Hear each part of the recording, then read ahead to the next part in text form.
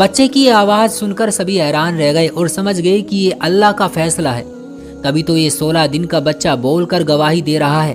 اس لیے فوراً سب نے حضرت یوسف علیہ السلام کے کرتے کو دیکھا تو حضرت یوسف علیہ السلام نے جو کرتا پہن رکھا تھا وہ پیچھے کی طرف سے پھٹا تھا۔ یہ دیکھ بادشاہ بھی سمجھ گیا کہ یوسف بے قصور ہے اور میری بیوی زلیخا ہی نے یوسف کو پھنسانے کی کوشش کی ہے، یہ سب اسی کی چال ہے۔ بادشاہ نے اپنی بیوی زلیخا کو ڈانٹا اور کہا کہ اے زلیخا، اب تم نے اس بچے کی گواہی سن لی ہے نا، اس لیے اب تمہیں بھی اس بات کا یقین ہو گیا ہوگا۔ زلیخا بالکل خاموش کھڑی تھی۔ بادشاہ نے اپنی بیوی کو ڈانٹتے ہوئے کہا کہ اے زلیخا، تجھے اسی وقت معافی مانگنی ہوگی، اور پھر حضرت یوسف علیہ السلام سے کہا کہ بیٹا، میری عزت تمہارے ہاتھ میں ہے، اس لیے اس بات کو اپنے سے آگے کسی کو مت بتانا، ورنہ میری بہت بدنامی ہوگی۔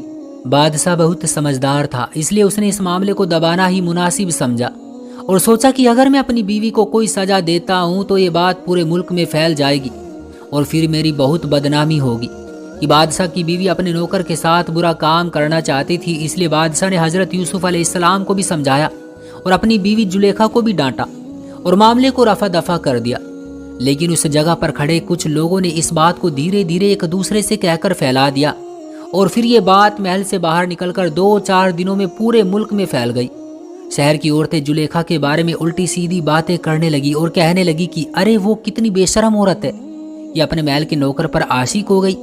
ارے اسے عاشقی ہونا تھا تو کسی شہزادے پر ہوتی، کسی امیر باپ کے لڑکے پر ہوتی۔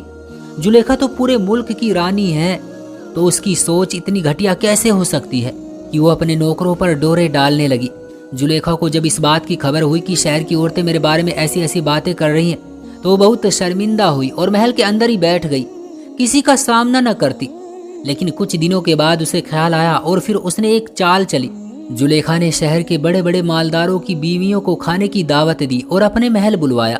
جب ساری عورت محل آ گئی اور سبھی زلیخا سے پوچھنے لگی کہ اے زلیخا، تم تو اس سے قدر خوبصورت ہو، پھر بھی تم اپنے محل کے ایک نوکر پر کیسے عاشق ہو گئی؟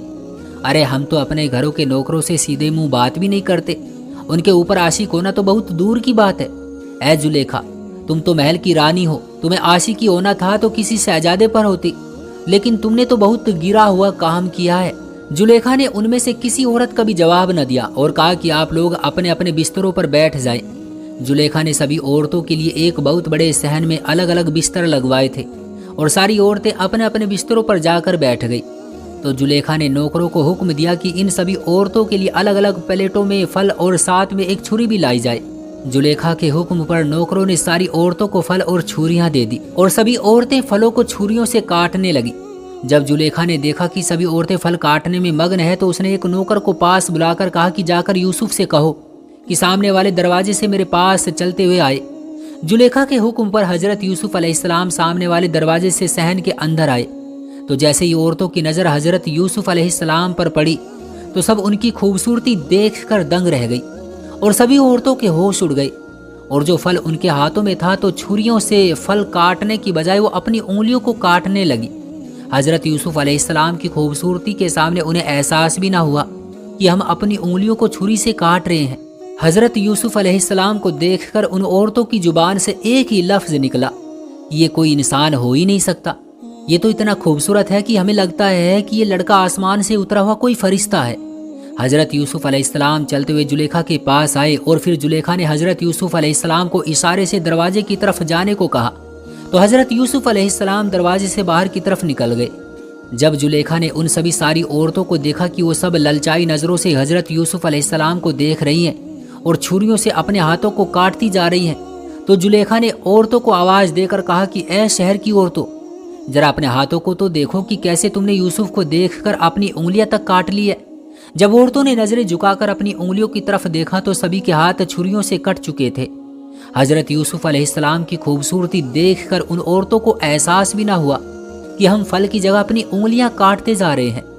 زلیخا نے جب عورتوں کی یہ حالت دیکھی تو کہا کہ اب تم لوگوں نے دیکھ لیا نا، یہی وہ نوکر ہے جس کے اوپر میں عاشق ہو گئی ہوں۔ اسی نوکر کے بارے میں تم مجھے ملامت کر رہی ہو کہ میں نے اس کے ساتھ برا کام کیوں کرنا چاہا، لیکن اب تم لوگوں نے خود ہی میرے اس نوکر کی خوبصورتی دیکھ لی ہے، اس لیے اب میں کھلے عام کہتی ہوں کہ اگر یوسف نے میرے ساتھ رات نہ گزاری اور میری خواہش پوری نہ کی تو میں یوسف کو جیل میں ڈلوا دوں گی اور وہ ساری زندگی جیل میں پڑے رہیں گے۔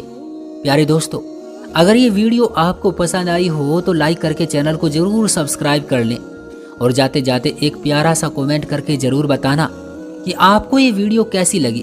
ملتا ہوں ایسی ہی اچھی اور سچی ویڈیو کے ساتھ اگلی ویڈیو میں، تب تک کے لیے آپ اپنا خیال رکھیے گا۔ اللہ حافظ۔